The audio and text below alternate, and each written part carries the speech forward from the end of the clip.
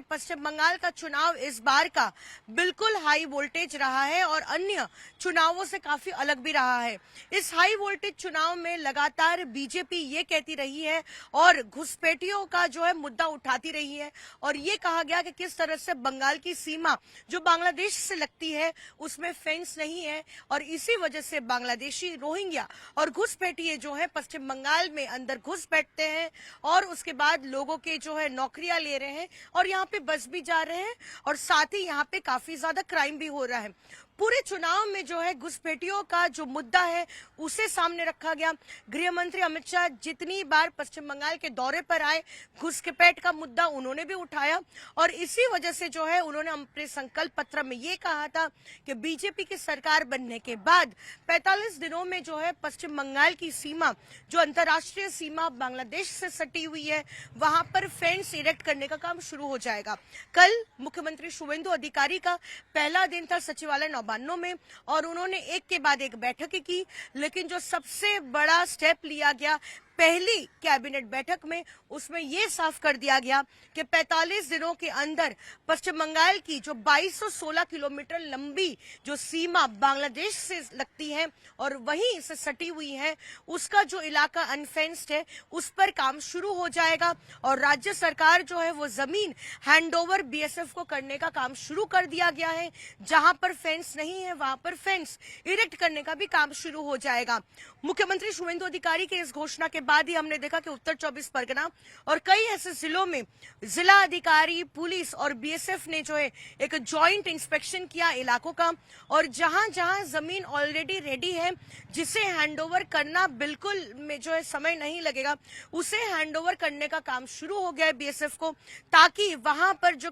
Integrated जो fence बनाया जाता है उस पर काम शुरू हो जाए। कल हमने देखा कि जो स्वरूप नगर के आसपास जितने भी बीओपी है वहां पर पुलिस अधिकारी और साथ ही बीएसएफ के अधिकारियों ने एक जॉइंट इंस्पेक्शन किया। ये देखा कि आखिरकार कहां फेंस नहीं है और अगर कहीं पर पुरानी फेंस टूट गई है और वहां पर फेंस बनाने की जरूरत है तो उस पर भी जो है बातचीत हुई और जो जमीन रेडी है जहां पर फेंस ऑलरेडी बना सकते हैं उसे बिना किसी डिले के जो है हैंडओवर करने का काम शुरू हो गया। आपको बताते हैं कि पश्चिम बंगाल का जो एक पोरस बॉर्डर बांग्लादेश से लगा हुआ है 2216 किलोमीटर लंबी सीमा बांग्लादेश से लगती है और इसका जो बड़ा इलाका है वो रिवराइन बॉर्डर भी है और लैंड बॉर्डर भी है। लेकिन जहां एक तरफ रिवराइन बॉर्डर में बीएसएफ के जवान तैनात होते हैं और फ्लोटिंग बीओपीज होते हैं जैसे सुंदरबन का इलाका हो गया, वहां पर इसी रिवराइन बॉर्डर पर बीएसएफ के जवान और सीनियर अधिकारी पेट्रोलिंग करते हैं और ये सुनिश्चित करने की कोशिश करते हैं कि कोई रिवराइन बॉर्डर से घुसपैठ ना हो पाए। साथ ही सबसे बड़ा चैलेंज ये आता है कि जो लैंड बॉर्डर है और जहां पर फेंस नहीं है वहां पर पशु तस्करी से लेकर अलग अलग चीजों की स्मगलिंग और साथ ही क्रिमिनल का आना जाना, ये तमाम चीजें इतने सालों से होती आई है। लेकिन आरोप लगता रहा है तृणमूल कांग्रेस की सरकार पर कि उन्होंने सही समय पर अगर जमीन हैंडओवर बीएसएफ को कर दी होती तो अब तक जिन इलाकों में फेंस नहीं बनी है वहां पर फेंसिंग का काम हो जाता, ना ही इतनी घुसपैठ होती, ना ही कोई पशु तस्करी होती और जिस तरीके से कुछ क्रिमिनल का आना जाना होता है वो भी नहीं होता। लेकिन इस बीच जैसे बीजेपी गवर्नमेंट आते ही यहाँ पर एक्शन का काम शुरू हो गया है और एक्शन का जो है इफेक्ट भी दिख रहा है ग्राउंड पर। हम देख रहे हैं कि अलग अलग जिला के अधिकारी जो है जॉइंट इंस्पेक्शन कर रहे हैं ताकि जैसे ही उनको जमीन मिलेगी और वो बीएसएफ को हैंडओवर कर दी जाएगी और बीएसएफ की तरफ से जो है फेंसिंग का काम कर दिया जाएगा, उसके बाद घुसपैठ पर एक मुहर लग जाएगी और साथ ही जो है अंत हो जाएगा तमाम तस्करियों का और तभी जो है यहाँ पे law and order situation improve करेगा। आपको बताते हैं कि ये कितने लंबे समय से जो है इस फेंसिंग का मामला फंसा हुआ है। कुछ दिन पहले कलकत्ता हाई कोर्ट ने जो है एक जो आदेश भी दिया था और उसमें फटकार भी लगाई थी पश्चिम बंगाल की तृणमूल सरकार को कि उनको बार बार कहे जाने के बावजूद जो है जिन इलाकों में फेंस नहीं है उसकी जमीन नहीं दी जा रही है बीएसएफ को, लिहाजा बीएसएफ वहां पर फेंसिंग का काम नहीं कर पा रहे हैं और इसीलिए घुसपैठ भी जो है बढ़ रही है। है।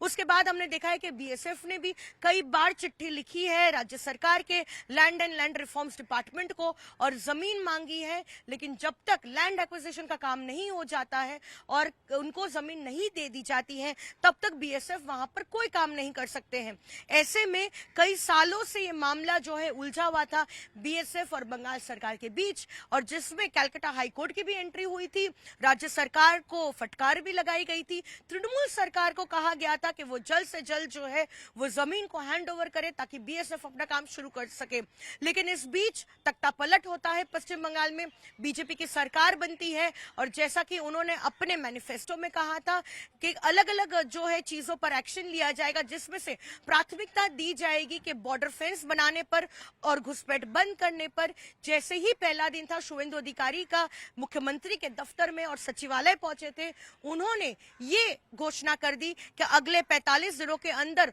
पूरे जमीन हैंडओवर का काम जो है पूरा कर लिया जाएगा और बीएसएफ तत्काल तरीके से जो है फेंस बनाने का काम शुरू कर लेगा। खबरों की रणभूमि में यहां शोर नहीं सोच लड़ती, जहां शब्द नहीं फैक्ट्स वार करते हैं और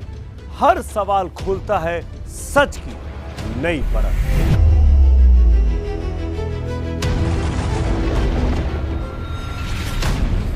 चक्रव्यूह आपके अपने सुमित अवस्थी के साथ सोमवार से शुक्रवार शाम 6:57 पर टाइम्स नाउ नव भारत पर।